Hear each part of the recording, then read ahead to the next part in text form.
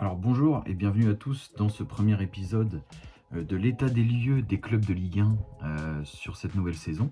L'idée est de revenir sur chaque club et de leur situation avant la saison ou du moins au démarrage de cette nouvelle saison.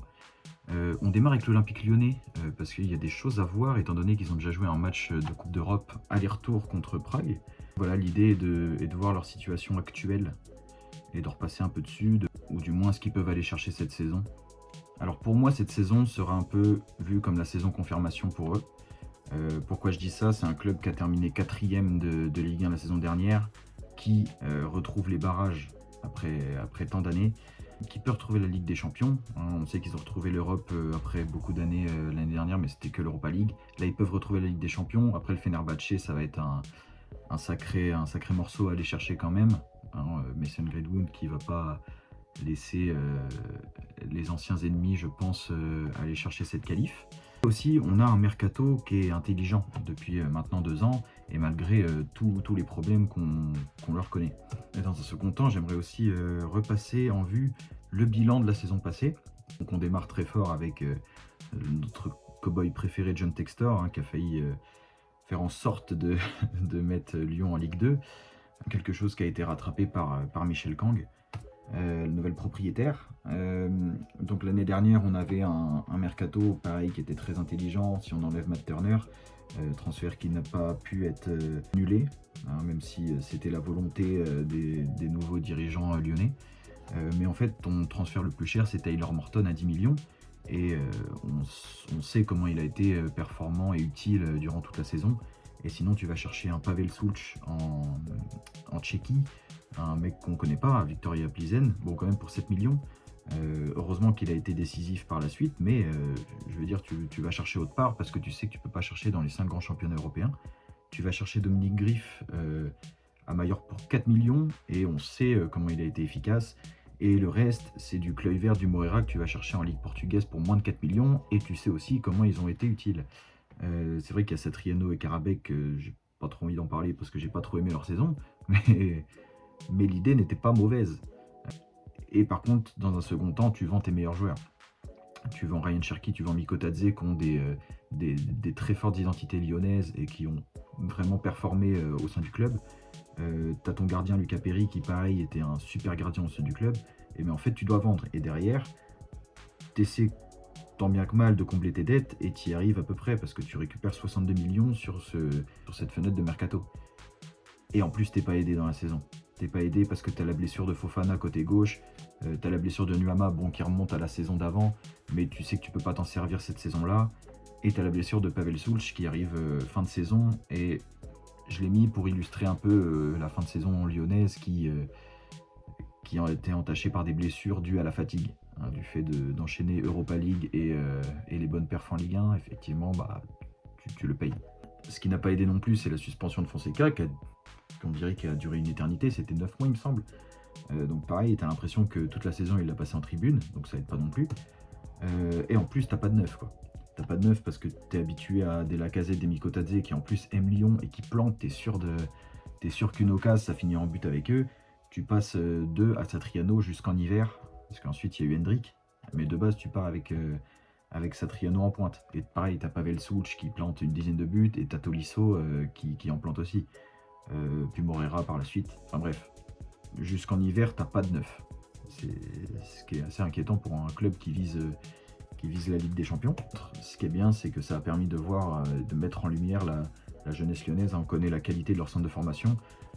Donc Ralis Mera, Rémi Imbert qui respirent le centre de formation lyonnais. Et ensuite, t'as Mathis de Carvalho et Alejandro Gomez, il me semble, qui sont montés en équipe première quelques fois, qui sont un peu moins mis en lumière que les deux premiers, mais qui arrivent à faire des bonnes performances quand même. Notamment Gomez qui a marqué son premier but en Europa League. Bon, après, il a été prêté à Annecy quand Hendrick est arrivé, mais je veux dire, tu as eu ces éléments-là qui t'ont apporté quelque chose dans la saison. Donc encore une fois, le centre de formation lyonnais, il faut l'applaudir, quoi. Donc, ensuite, en 2026, tu démarres avec 13 victoires consécutives. Je crois qu'il n'y a aucune équipe dans les 5 grands championnats qui a fait mieux. Et tu arrives à finir premier de ta phase de groupe d'Europa League. et du coup de finir 4e de Ligue 1. On parle d'une saison quand même réussie pour Lyon. Malgré toutes les galères qu'il y a eu en début de saison, on passe d'une possible rétrogradation en Ligue 2 à une bonne épopée en Europa League, même s'ils sortent contre le Celta Vigo, c'est pareil, ça c'est dû à la fatigue du groupe, mais tu arrives à finir premier sur 36 équipes, tu arrives à faire 13 victoires consécutives, à monter 4e et à retrouver potentiellement la Ligue des Champions. Pour moi, c'est une saison réussie. Dans un troisième temps, on va voir le mercato. On les connaît, souvent les mercatos chez eux, c'est très intelligent. Et encore une fois, c'est le cas. On a une fenêtre de transfert qui, encore une fois, ne dépasse pas les 10 millions de Bidstrup. Mais et puis pareil, je le connais pas, donc je vais pas juger. J'attends de voir, sachant qu'il s'est blessé, donc on n'a même pas pu le voir dans la double confrontation contre Prague. Mais tu vas chercher Duranville qui est un espoir mondial. On le connaît de bien avant qu'il signe à Lyon. On sait, tu le recrutes pour 5 millions et potentiellement il peut péter comme l'a fait Moreira, qu'on voit sur la fenêtre de droite qui a été vendu 30 millions. On l'a vu sur la fenêtre de transfert d'avant qui a été recruté pour 2-3 millions. Enfin bref, tu te fais une plus-value énorme là-dessus. Tu arrives à vendre Satriano en plus, alors que le mec il mettait pas un pied dans l'autre toute la saison. Donc tu te sépares en faisant toujours un bénéfice de 6 millions de gars qui ont derrière un remplaçant. Je dis ça par rapport au fait que Moreira, c'était le remplaçant de Fofana. Fofana revient, en plus tu as Duranville pour 5 millions. Je veux dire, t'es pas sans ailier gauche, et surtout que tu as Rémi Imbert du coup qui a montré qu'il pouvait jouer facilement dans cette équipe. Donc il y a Bacher que je connais pas non plus, Noam Camara qui pour moi une super recrue. Une super recrue parce que c'est un espoir, un gros espoir français quand même, qui était connu au PSG en tout cas. Et tu le recrutes pour 4 petits millions et tu sais qu'il peut exploser par la suite. Alors encore une fois, c'est l'ADN lyonnaise de faire ça, mais ils le font bien. Parce que même Kyle Boudache, qui est recruté libre de Nice, on l'a vu rentrer quelques fois avec Nice en fin de saison, c'est super. C'est super, ça peut être en sortie de banc, ça peut être très très intéressant d'avoir Boudache dans son équipe. Ouedraogo, j'attends de voir, apparemment c'est assez prometteur, pareil je le connais pas. Mais pour moi la recrue star ici c'est Loïs Openda. Openda qui connaît très bien la Ligue 1, qui connaît très bien la Coupe d'Europe. Tu le recrutes, c'est un prêt payé en plus. Mais un après Hendrick, c'était compliqué aussi. Parce que Hendrick voulait rester, il doit être très très cher pour les finances lyonnaises. Mais derrière, tu arrives à garder quand même de la qualité. Et c'est un autre profil aussi, mais tu arrives à garder de la qualité et à pouvoir faire quelque chose avec un neuf la saison d'après. Il y a un arrière droit aussi qu'on va voir après qui est en bonne voie pour rejoindre Lyon. Pareil, qui est très intéressant. On va le voir justement sur la compo idéale pour moi. Donc la compo idéale, c'est un 4-2-3-1. Je pense que Fonseca, maintenant qu'il y a tous les retours, va repartir sur cette même base. Hein. Il a changé en fin de saison parce qu'il devait faire sans tous les blessés. Mais du coup, on repart avec Griff dans les buts, avec Descamps en remplaçant, qui est un super gardien. Ça, c'est un gardien remplaçant de luxe pour le coup. T'as Atekame justement, celui qui arrive de Milan, qui est un super espoir apparemment. Donc à voir s'il arrive sous la forme d'un prêt, c'est ce que j'ai vu il me semble, mais s'il y a une obligation d'achat ou une possibilité d'achat derrière. On a Maitland Niles en remplaçant et on a Kango qui a fait un super match contre Celta Vigo en Europa League. Donc on a 3 bons latéraux droits. À gauche on a Tagliafico qui va revenir du mondial et qui a fait un super mondial en plus. Pour Abner c'était plus compliqué là, la double confrontation contre Prague, mais ça reste une bonne option avec Ouedraogo ensuite, dont je connais pas le niveau comme je vous l'ai dit. Pour moi tu dois partir encore une fois avec la charnière Niakate-Mata qui a été phénoménale la saison dernière. C'était une des meilleures charnières de Ligue 1 si on enlève le PSG. Pour moi c'est la meilleure charnière de Ligue 1. Niakate-Mata c'est exceptionnel. J'ai vu que Kluivert avait joué central contre Prague. Alors, c'est vrai que je le préférais latéral droit, mais du coup, je l'ai mis en dessous de Mata en défense centrale parce que je pense qu'il va plutôt jouer ici au vu des solutions que tu as à droite. Tu as Tchaleta Tsar, du coup, qui est revenu de près. Je ne sais pas s'ils vont vouloir s'en séparer ou non. Et Bacher, que j'ai mis loin dans la hiérarchie parce que je ne sais pas ce qu'il vaut. Est-ce qu'il compte sur lui dans l'avenir ou s'il compte sur lui maintenant, je ne sais pas du tout. On part avec un double pivot Morton-Bidstrup. Je pense qu'au vu du montant de Bidstrup, c'est qu'il va être titulaire. Avec Tessman, que moi personnellement je n'aime pas. Je préfère mettre Mera 3e dans la hiérarchie que Tessman en solution. Mais Tessman a joué contre Prague, donc je pense que c'est lui la solution du début de saison sans Bidstrup. Et du coup, tu as effectivement Merak et De Carvalho, centre de formation lyonnais, qui peuvent apporter une solution. Sinon, tu as Tolisso qui descend en 6. Parce qu'en 10, tu sais que tu as Soulch et tu as Noah Narté qui peuvent faire l'affaire à ce même poste. Donc il y a des solutions partout. Arrive l'attaque justement, où là tu récupères du monde. Là où l'année dernière ça manquait. Tu as Nuama à droite il va à 200 à l'heure, c'est très très fort. On a Boudache en sortie de banc en plus. On a Malik Fofana de l'autre côté avec Duranville et Humbert côté gauche, donc il y a du monde.